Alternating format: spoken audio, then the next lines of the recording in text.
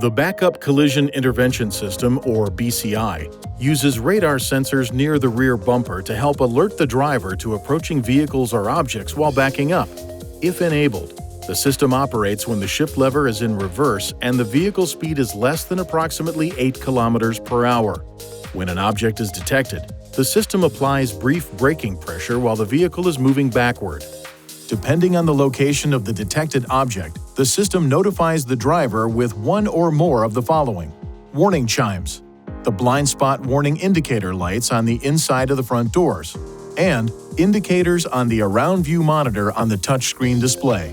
The BCI system turns on automatically when the engine is started. To temporarily turn off the BCI system, push the BCI key. The system will be reactivated the next time the shift lever is moved to the reverse position. Please see your owner's manual for important safety information, system limitations, and additional operating and feature information.